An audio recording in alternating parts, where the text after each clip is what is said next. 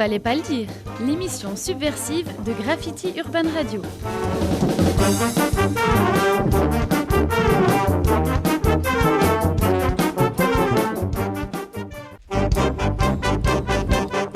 L'actu revue et corrigée quand Sébastien s'amuse de notre société. Une rubrique mensuelle qui va être principalement consacrée aux attentats du 13 novembre dernier. Putain, tu vas pas nous faire de l'humour là-dessus. Non, je n'aurais pas osé quand même.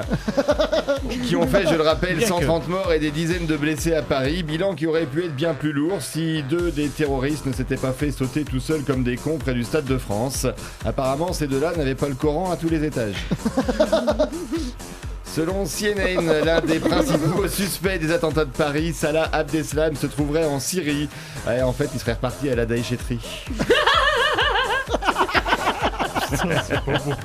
On l'a perdu. Ouais. Mauvaise surprise pour les kamikazes djihadistes qui pensaient être accueillis par 70 vierges en arrivant au paradis. Quand on leur a dit salafiste, ils n'ont pas capté que c'était en 3 mots. Après le Bataclan, ce sont les Zéniths qui seraient menacés puisque Maître Gims devrait s'y produire devant des centaines de victimes. Parlons justement des amalgames que certains politiques comme Sarkozy, Wauquiez ou Morano n'ont pas hésité à faire alors que les corps des victimes étaient encore chauds, assimilant par exemple les migrants à des terroristes. Alors effectivement, attention aux amalgames, toutes les connasses ne sont pas des Nadine Morano. Alors excusez-moi, une petite interruption pour une info exclusive BFM TV. Alors on apprend à l'instant, oui c'est ça, que Christine Boutin ne se serait toujours pas fait sauter. On vous tient au courant, hein.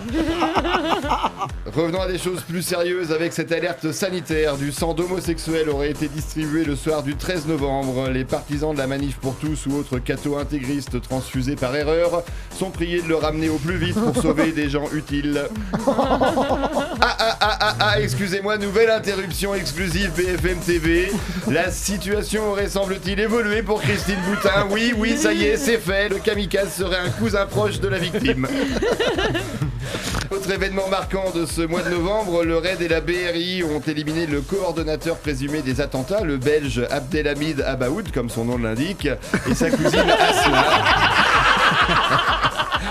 Lors de l'assaut d'un appartement de Saint-Denis le 18 novembre dernier. Seule victime côté force de l'ordre, le chien Diesel. On n'a rien pu faire, il a démarré au quart de tour. International avec ces images fortes de migrants iraniens qui se cousent les lèvres pour protester contre leur blocage à l'entrée de la Macédoine. Ah bon, faut peut-être pas abuser, hein. Moi non plus j'aimais pas ça, mais... des lèvres. Voilà, ça sera tout. Merci, bravo Sébastien. Merci de nous faire rire. Oui, faut. Sur ça aussi. Tous les podcasts de Fallait pas le dire sont sur www.urban-radio.com.